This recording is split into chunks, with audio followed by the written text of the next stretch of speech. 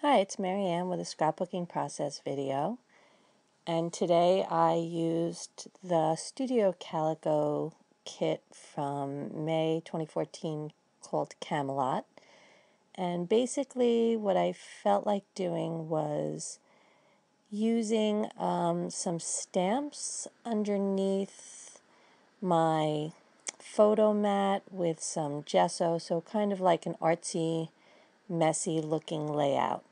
So I just pulled out a few items from the kit, a piece of cardstock and some pattern paper, and I had two thicker alphabets that are, I don't know if they're called do-it-yourself, DIY alphabets.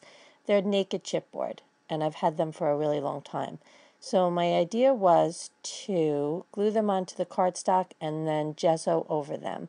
I think I saw Irit do something similar a few months ago. I did this layout, I think, at the end of June, so it was probably right around there or a little bit before. I was looking at something on YouTube and I kind of saw what she did. I loved it, so I wanted to use that. I'm pretty sure that's where I got the idea. Anyway, okay, so this picture is pretty old. I think it's from 2007 maybe, and we were at the beach and it was cold, and I don't know, we were just goofing around. So I decided I'm going to use two different alphabets, put them down on my page, and I'm going to glue them with some adhesive because, as we all know, thickers just do not really stick, and especially since I want to gesso over them. So you see me glue down the S, I think, and then I do the rest off camera. Okay, so I got some gesso and I poured it onto a paper plate, and then I was going to use a credit card or a hotel key, whatever I had handy, to put the gesso on my letters, but I soon saw that that was like gonna glop it on, so that wasn't gonna work. So I had a brayer. So I just went over it with the brayer instead. And there were some drips in between the letters. I didn't really mind too much. That one worked much better with the little letters. It was a little bit neater. And then I think off camera, I just took whatever gesso was left on the brayer and just rolled it around on my page a little bit. There you could see.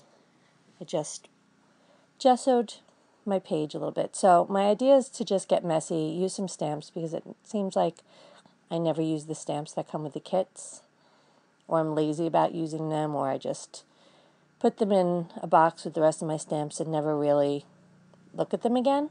And they are really cute.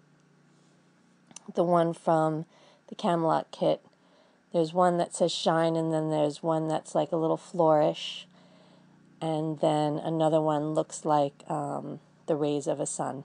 So it was really, they're very cute.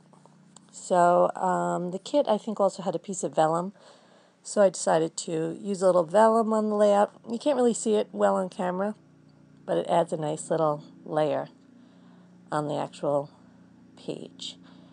So I wanted something just kind of soft and neutral looking. So there was a pretty white washed wood grain paper, and then another piece of paper that was blue, and I just inked my edges with a distress ink. I think it's called peacock blue. It's just a really pretty peacock blue.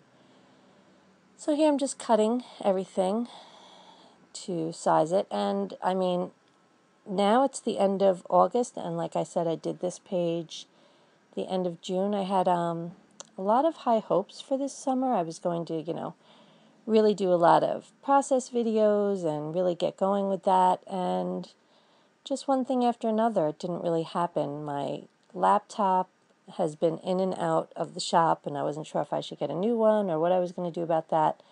So it's finally fixed now. So I am trying to edit this video and upload it and get it going. And then I have a few other ones that are also waiting in the wings.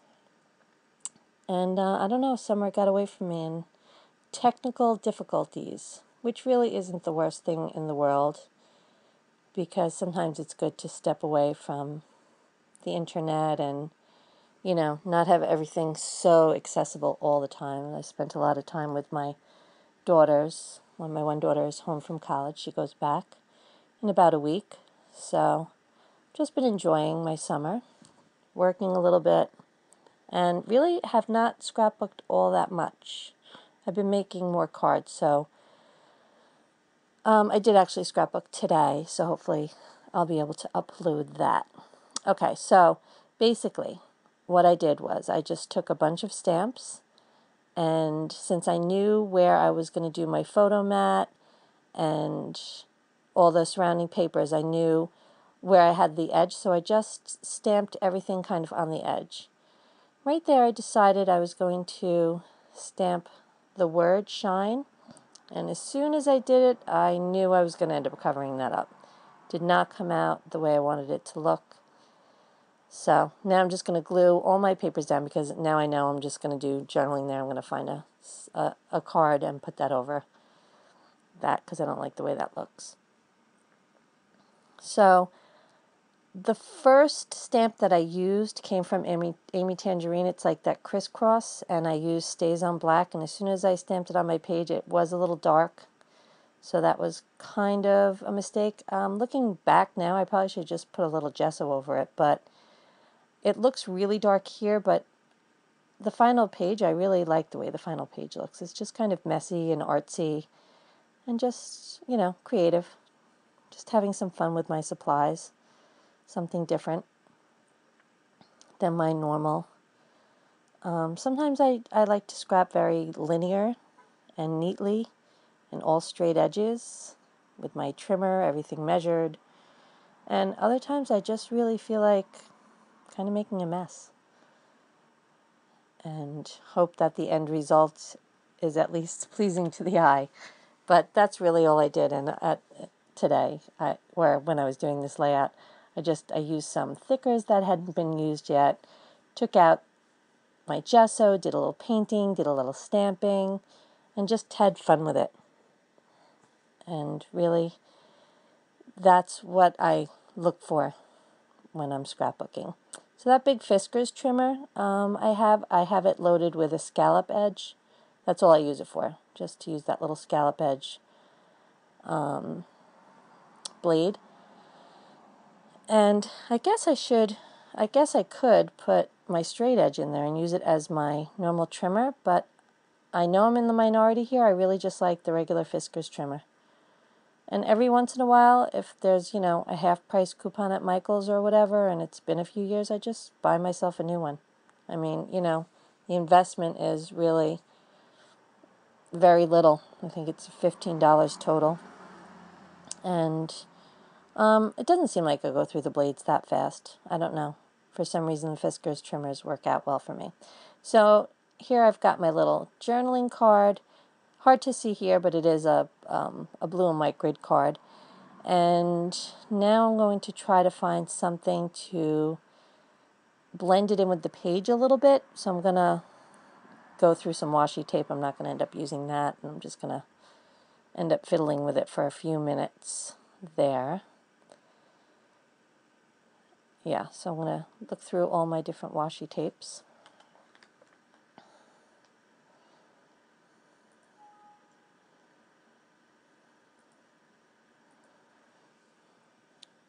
And I'm not going to like any of those. So, and those buttons that I pulled out are from K & Company, and I don't even know how old they are. 10 years, maybe? Maybe not that long, but 8 years? I know they're K & Company, and they've kind of got they might have even been like Amy Butler designer brand in K & Company. I just always loved them, and somehow I had a few around. And just when I was looking at this layout, I thought of them, and so went digging to see if I liked it, and I did. It was the right color family. So there I just used the Amy Tangerine stamp again, and I'm just going to put some buttons around the page. And basically that's what I'm going to spend the whole rest of my time doing, is playing with buttons. I thought I would use those big resin flowers, but they really were huge, way too big for this page, not what I wanted it to feel like at all. So just a little journaling on the page. I don't always journal.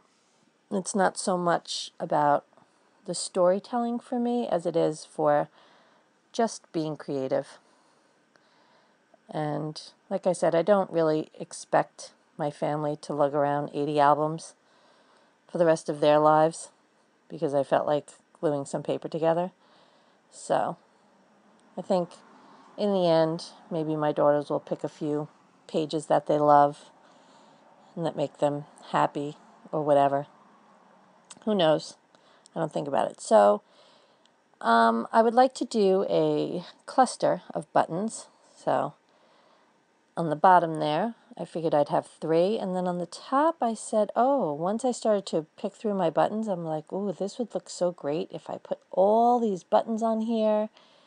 And maybe I'll fill up the whole page with buttons. So I was getting a little carried away. And then I thought better of it and put them all away.